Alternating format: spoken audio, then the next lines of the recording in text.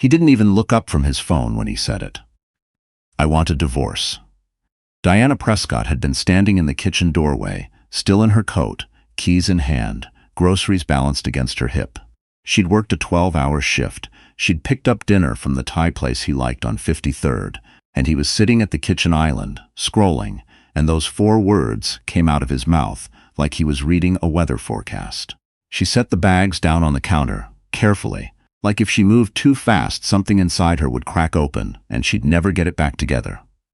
"Say that again," she said. Ryan Hollister finally looked up, and that was somehow worse.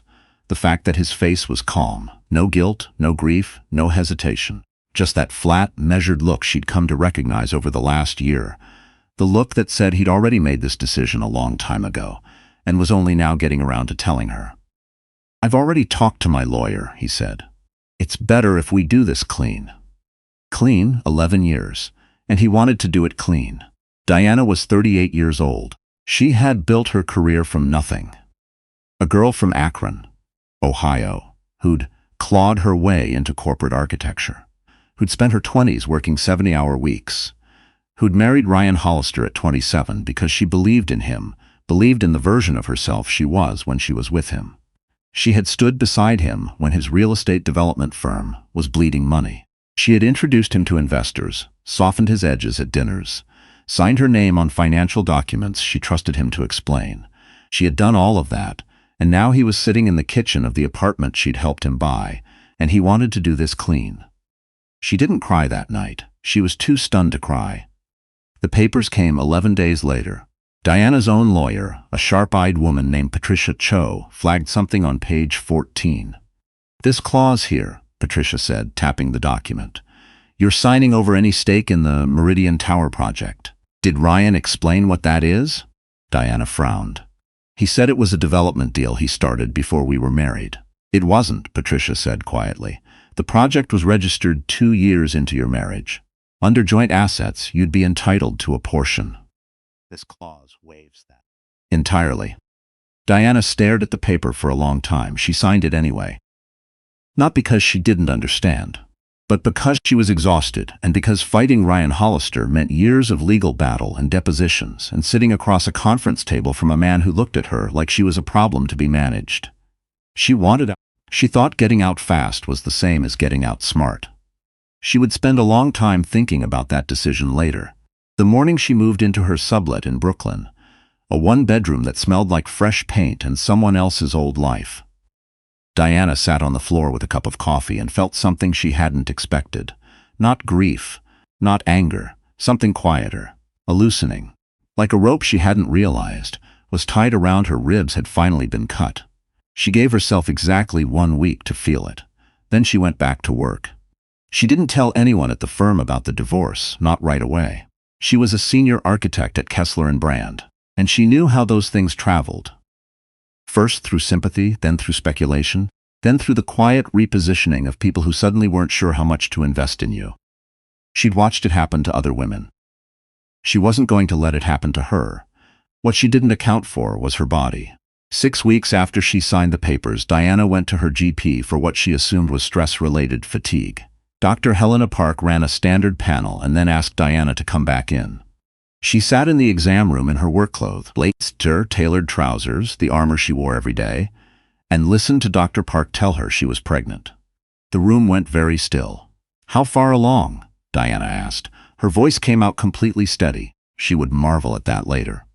"Approximately 7 weeks," Dr. Park said. 7 weeks.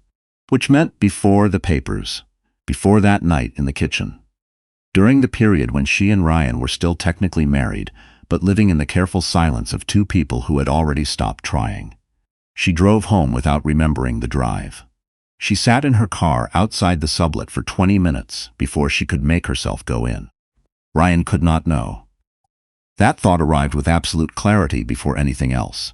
Not because she was being strategic, not in that first moment, but because some deep, animal part of her knew that the second he found out, everything would become about him, his rights, his lawyers, his clean solution to a messy problem. And she was not going to hand him this. She was not going to let him turn her pregnancy into a negotiation. She was keeping the baby. That decision came just as quickly, and with just as much certainty. The nausea started at week 9. She managed it the way she managed everything. Quietly, methodically, with ginger tea in a travel mug and crackers in her desk drawer, and a composure that her colleagues read as professionalism. She wore structured blazers that disguised what she was carrying for longer than she'd expected. She rescheduled client meetings when the exhaustion hit its worst. She filed her taxes as single for the first time in 11 years and sat with that for a minute before she closed the folder. She told her sister, June, at 12 weeks. June drove up from Philadelphia the same weekend, brought groceries and a pregnancy pillow, and said almost nothing useful and everything necessary. "You're going to be fine," June said on Diana's kitchen floor with takeout containers between them. "You know that, right? Like you specifically. You're going to be fine." Diana wasn't sure she believed it yet, but she let herself lean on it. At 20 weeks, her ultrasound technician got very quiet. Then she said, "Mrs. Prescott, Miss Prescott, I'm sorry. Are you aware that you're carrying twins?" Diana looked at the screen. 2 heartbeats, side by side, steady as anything. She pressed her hand over her mouth, not because she was afraid, because for the first time since that night, in the kitchen, something broke open in her chest that wasn't grief. She called no one from the parking lot. She sat in the car and she cried, really cried, ugly and unguarded, and somewhere in the middle of it she started laughing, because of course it was twins. Of course her body would do this enormous, impossible thing without asking her permission. She went back to work on Monday. She told HR she was expecting. She negotiated her maternity arrangement before she started to show. She did not contact Ryan.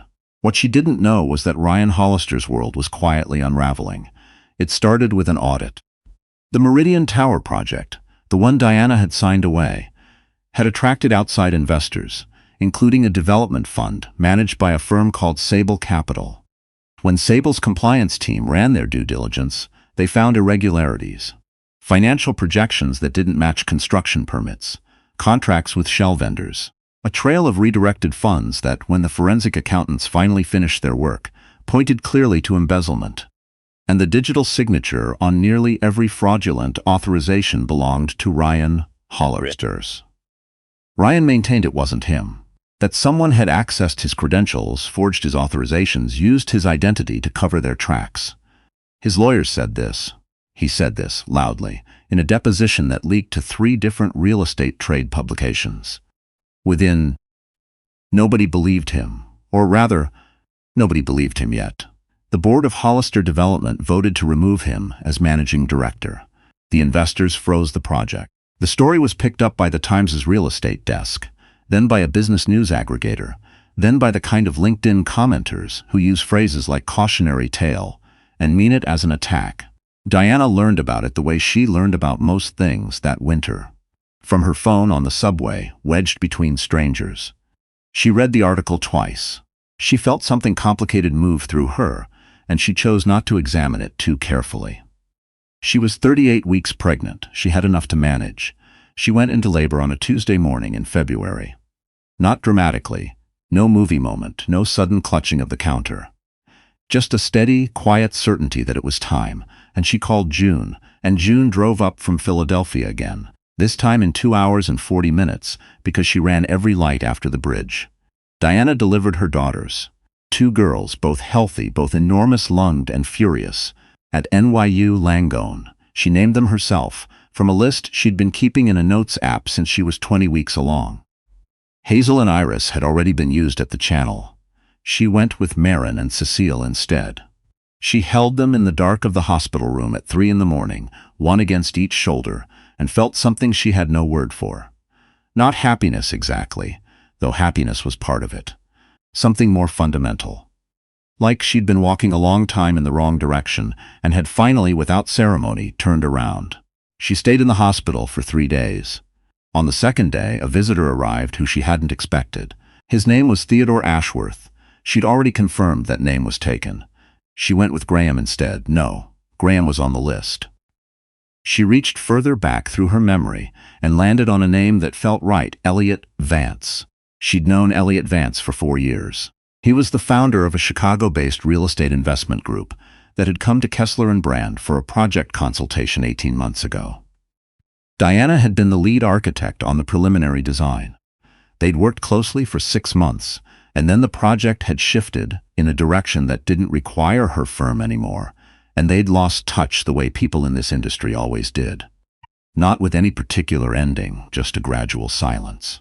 He was standing in the doorway of her hospital room, holding flowers that he clearly didn't know what to do with, a kind of large, impractical bunch of peonies, and he looked genuinely uncertain, which was not an expression she'd associated with him before.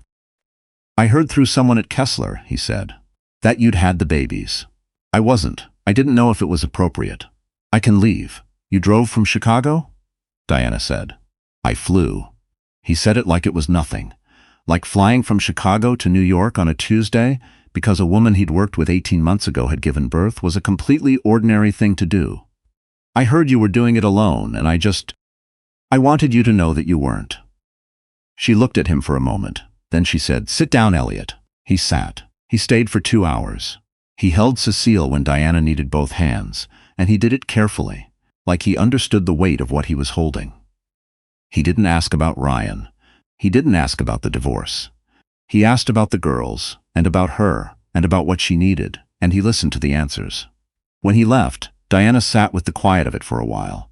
She didn't let herself think about what it meant. She was 8 weeks postpartum and running on interrupted sleep, and the very particular determination of a woman who had decided she was going to build something from whatever she had left. She didn't have room for anything else. Ryan found out about the girls in March. She still didn't know who told him. A colleague maybe. Someone at the hospital. The world was smaller than you thought when a man with money and motivation wanted to know something. He showed up at her building on a Saturday morning. She saw his name on the intercom and stood in her kitchen for a full 30 seconds before she buzzed him up. She had the girls in the bouncy seats on the living room floor. She had spit up on her shirt. She was tired in a way that went all the way down to her bones. He walked in and looked at the girls, and something moved across his face that she couldn't quite read. Not tenderness, she didn't think. Something more like calculation dressed up as emotion. "You should have told me," he said. "You ended our marriage. These are my daughters. They're mine," Diana said. Not as an argument. As a statement of fact delivered in the same tone she used to tell contractors when a load-bearing wall was non-negotiable. He hired a lawyer. She wasn't surprised. She called Patricia Cho the same afternoon. What happened over the next 6 weeks was the kind of legal maneuvering that Diana would later compress into a single sentence when she told the story. He overplayed his hand.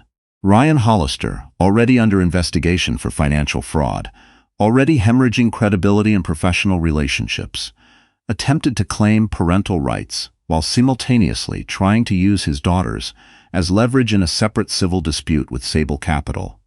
Some theory his lawyers had cooked up about Diana's waived claim to the Meridian project and what it meant for his liability. It was a mistake. Several mistakes stacked on top of each other.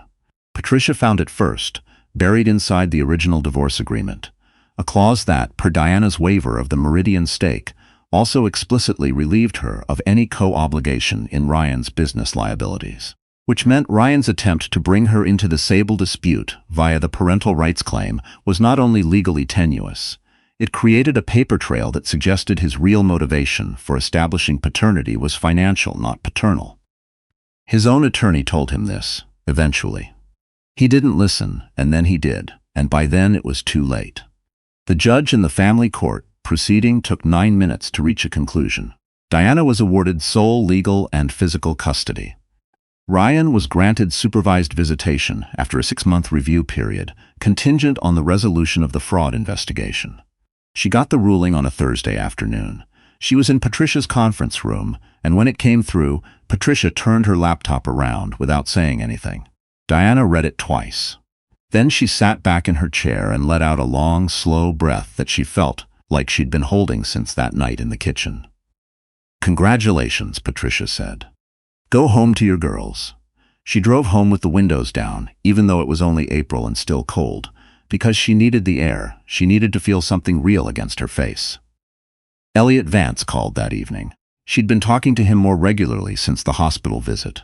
Tentatively at first, then more easily, the way two people who have real things in common eventually find their rhythm. She'd told him about the legal proceedings in general terms. He'd never pushed for details. "I heard it went well," he said. "You don't have to tell me how you heard that." She laughed. Genuinely laughed, the kind that surprised her. "It went well." "Good." A pause. "Are you going to be okay tonight?" She looked around her apartment. The girls were asleep in the nursery, both of them in the particular aggressive way of infants who have decided that sleep is something they're going to do completely. June had come up for the week and was asleep on the pull-out couch. The apartment was small and a little cluttered and smelled like lavender baby wash and take-out Thai food. "Yeah," Diana said. "I think I really am." Elliot said, "I'm going to be in New York next week. For a project. I'm not using that as an excuse. But if you wanted to have dinner." She was quiet for a moment. Not because she didn't know what she wanted, but because she was 39 years old and she had 2 4-month-old daughters and a job she loved, and a life that was, for the first time in a long time, entirely her own. She wanted to be careful with it. She wanted to choose what came next, and choose it for the right reasons. "Ask me again when you're actually in New York," she said. "Fair enough." She hung up and set her phone on the counter and stood for a moment in the kitchen of her apartment. Her name on the lease, her shelves, her coffee maker, her girls asleep in the next room. She thought about the woman who had stood in a different kitchen 2 years ago, holding Thai food, listening to a man tell her he wanted a divorce, and not even having the presence of mind to cry. She barely recognized her. The investigation into Ryan's conduct concluded in early summer. The forensic accountants confirmed what Ryan had maintained from the beginning. He had been set up. A former employee, a financial operations manager who had been quietly building a case against him for wrongful termination that never materialized, had used Ryan's credentials over a period of 14 months to reroute funds and cover his tracks. The man's name was Dennis Fraley. He had, in a genuinely startling bit of hubris, kept a personal record of everything he'd done. His hard drive was found during a separate securities investigation that had nothing to do with Hollister Development, and the trail led directly back to the Meridian project. Ryan was cleared. The news cycle gave it about 1/10 of the coverage it had given the original allegations. Diana heard about it from Patricia, who heard it from a paralegal who followed real estate news obsessively. Diana sat with it for a while. She thought about what it meant and what it didn't. It didn't mean Ryan was a good person. It didn't mean their marriage had been healthy, or that the divorce was a mistake, or that any of the ways he had diminished and maneuvered and reduced her over 11 years were somehow canceled by the fact that his financial crimes had turned out to be someone else's financial crimes. It didn't change the night in the kitchen. It didn't change the clause on page 14. It didn't change the custody proceeding and what it had revealed about his priorities. It just meant a man who had done some things wrong had not done this particular wrong thing. She decided she could hold both of those truths without needing to resolve them. Ryan's attorney reached out to Patricia in August, asking about the supervised visitation review. Ryan wanted to meet the girls properly. Diana agreed. She set the conditions herself: a neutral location June present, a time limit of 2 hours. She did not do this for Ryan. She did it because Maren and Cecile were not her instrument of justice, and they were going to grow up knowing she'd done everything right, even when doing everything right was hard. The visit was fine, stiff and careful and fine. Ryan held them and looked at them with an expression Diana still couldn't fully read. He thanked her when he left. She said "you're welcome" without any particular warmth, and meant it without any particular coldness. She told Elliot about it over dinner the following week, the first of what would become regular dinners, though neither of them announced that officially, the way you don't announce certain things because naming them too early is how you ruin them. "How do you feel about it?" he asked. "Settled," she said, after a moment. "Like something is exactly where it's supposed to be." He looked at her across the table, with the kind of attention that she'd spent years not receiving from someone who was supposed to give it. She didn't make anything of that yet. She just let herself notice it. Maren laughed for the first time on a Sunday morning in September, at something Cecile did with her hands that Diana would never be able to describe adequately. Just a sudden movement, and then Maren's face split open with this helpless, astonished joy. Diana had her phone out and got exactly none of it on video.